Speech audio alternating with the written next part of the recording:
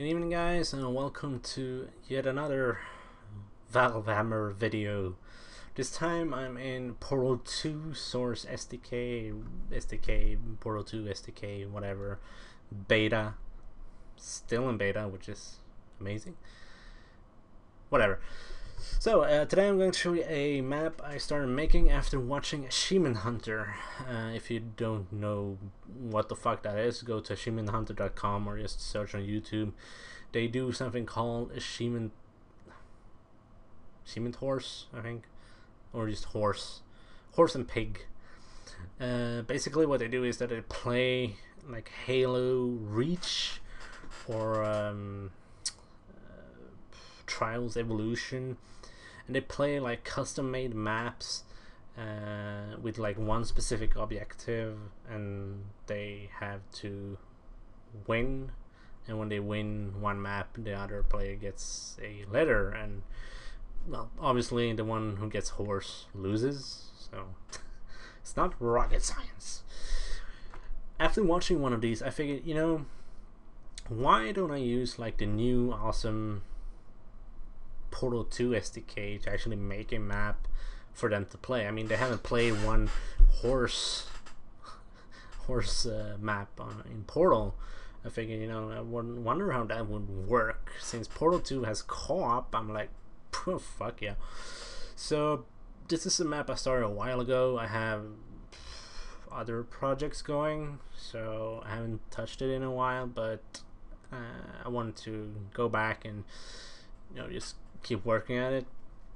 Obviously it's work in progress, so I mean it's really early in like alpha, whatever, not even that, maybe, I don't know. Obviously not finished. Oh really? So let's actually start by going back to the spawn. The spawn. If you're not used to Hammer, making maps, I mean stuff like that, or you are used to Hammer but haven't used Portal 2 Hammer SDK, whatever, there's a really cool thing called instancing. I'm going to show you here. Now everything that is colored in this hideous fucking color is instanced. So what the fuck does that mean? Well, it actually does not really exist in a map.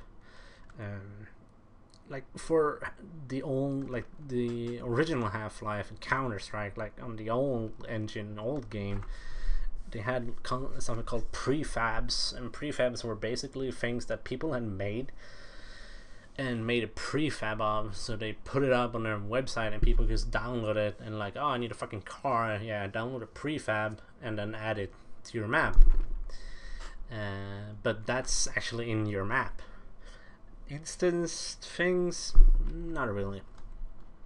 So this here is actually, yeah, it's not in map. I mean, the whole room in here, check this out, is actually, I mean, you see this is instance, the whole room, the lighting, I mean, I have, well, not so many things. I have the lighting in here, obviously. Is instanced. So there's actually an entity called Func Instance that does this for you. Obviously, if you have things like buttons or launchers or things like that, there's like a special kind of way to trigger it. You have to like relay the actions between, like, you know, the map you're playing in to the instance part. It sounds really complicated, but if you spend some time on it, it won't be a problem, basically. But I'm not gonna bring that up here, that's for fucking sure. Okay, so you want a Func instance in your map, put one out, you go to VMF file name, and then you choose which one you want. And as you can see, there are plenty of instances that you actually get with the game. And this is awesome. I mean, for me, I've been mapping things to 2000, so 12 years now. And this is awesome for me because, you know, it saves so much time. You know, if like, imagine if we didn't have this, I had to create this whole room from scratch. Had to create all of this from scratch. The actual, like, okay, they spawn here, trigger, you know, blah blah blah, everything, blah blah. The actual this panel here that shows the map, I have no information. I haven't done anything to it yet. I had to create all this. I created this room, obviously, but the light is instanced and sorry. So it says fuckload of time, which is awesome. This is the only Valve game I know of that actually uses instances, which is, I don't know, it would be awesome if they actually start using it for their other games, but I doubt it's going to happen. So, let me show you something. You obviously start here, blue, orange, bam, drop here, blah blah. You go in here. So this is the well, what I created. Basically, it's pretty fucking basic. And what happens is, let me show you. I'm gonna disable this so you can see. These portals are animated in game. It's a model, obviously, and when you go onto the plate, like if you're blue, you go here, orange here. These portals appear, and you get like locked in. There's like trigger push and funk brush, so you can't actually move outside. You're actually locked into place. Also, you can't, if you're orange, you can't go into the blue one. Nothing's gonna happen, because there's something really awesome I found here in Portal 2 called Trigger Player Team.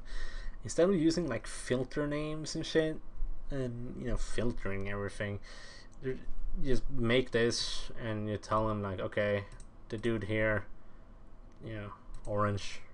If it's a blue one, don't fucking bother. So both players get into their little square, and I have some logic relays and sounds and shit, and nothing important, but I have a co-op manager, which is really cool. Basically, it's the one that you know, handles everything in terms of, you know, triggering something that both players need to be triggering. I mean, like, you know, both players have to stand in, you know, their square for the map to start. It's like a waiting room or whatever. So when both players are standing in their little space, it triggers, and it triggers a, first of all, it triggers a texture change, which is really cool. I haven't used this before. It's texture toggle, which basically tells him like, okay, when the blue player is standing in this one, and let's see, or is it? Oh right, it's actually the wrong. It's not the trigger. It's the relay. Okay, so the relay tells him like, okay, when he's inside, you set the texture index to 1. Now what does that mean? Well, the actual texture changes. You know, there's no I mean, there's no different brush or anything. You have to enable, disable. It just changes the texture in real time, which is really cool, and obviously again saves time. So it changes and tells like, okay, both players are ready to go. It fires a countdown. Now this is really interesting. I had really a hard time like making a proper countdown, which is, sounds weird, but I tried making one. I'm like, nope, like that's not what I want. And I found one actually made for Portal 2, which I used, and I couldn't get it to work because it's instanced, and I tried fucking everything. I'm like, fuck this. But then I actually found something simple as fuck. This is a entity called, well, you can see it yourself. Really basic. I mean, it's like, okay, how big is it? What's the countdown? You can even, I think you can tell it to count the other way. I'm not sure, but it's like, okay, so that's it. The thing is that it only displays the numbers, so I had to make a brush. This is just a simple brush inside a model with the background. Yeah, so you're not looking at this. You're looking at this, so it looks like a proper countdown, but it's not. It's fake. So when the countdown is finished, you get teleported. And right now I'm only teleporting the blue one, because I'm going to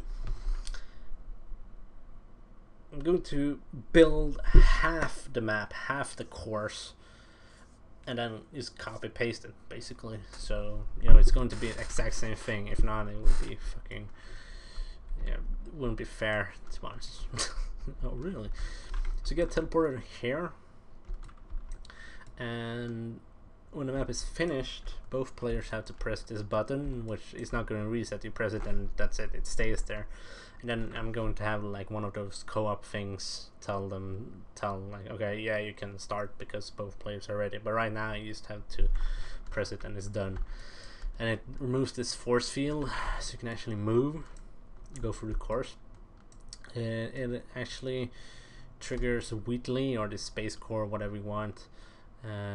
Play some animations, play some sounds. He's parented to a funk track train, which moves along this rail here.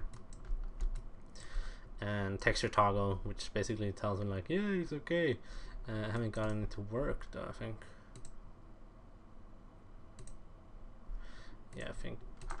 I actually needed a different brush for that. Okay, I can barely remember what I actually did last time.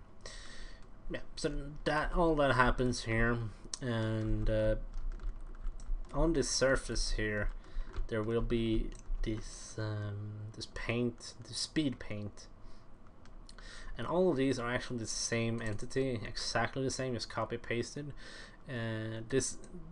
These are the ones that actually spray the paint onto the surface. And I told him like, yeah, it's a speed paint, and after 5 seconds I have a logic auto which basically says that after 5 seconds you're going to like shut off. So when you get here, they're not spraying, but the surface is sprayed with speed paint.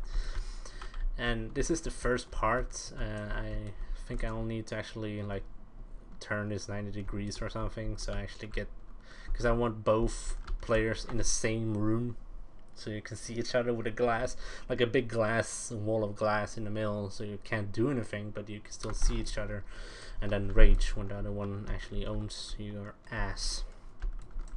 So this is the first part obviously not finished. The idea here, it's a timing, it's basically all about timing. You need to time this, and at the end there's a ramp, so you actually need the speed to jump the gap, so you need to time it. It's not finished, I haven't tested it properly, so I probably need to adjust the like probably turn them a bit so you can actually do this shit. And then I think this is it's trigger hurt. It kills you, but I'm gonna add a trigger teleport. So for each stage you're going to have a teleport. So you can teleport around, or well, if you accidentally fall down, you can teleport back so you don't get killed, because that will be really annoying at the later stages anyway. Yeah, so that's it for now actually. That's everything I've done. I'm obviously going to I need to turn this 90 degrees and keep working at it. So yeah, I can't wait to finish it and actually send it to them. That will be really awesome, and I hope they will actually enjoy it. So yeah, can't wait, but it will take some time. But I'm going to try and focus on this now, because I had other projects. I have my payload map for TF2. I'm working on a rocket launcher model for TF2, and I actually have one more project, which is a single player one for Portal 2, which I'm going to make a separate map for, or separate video even.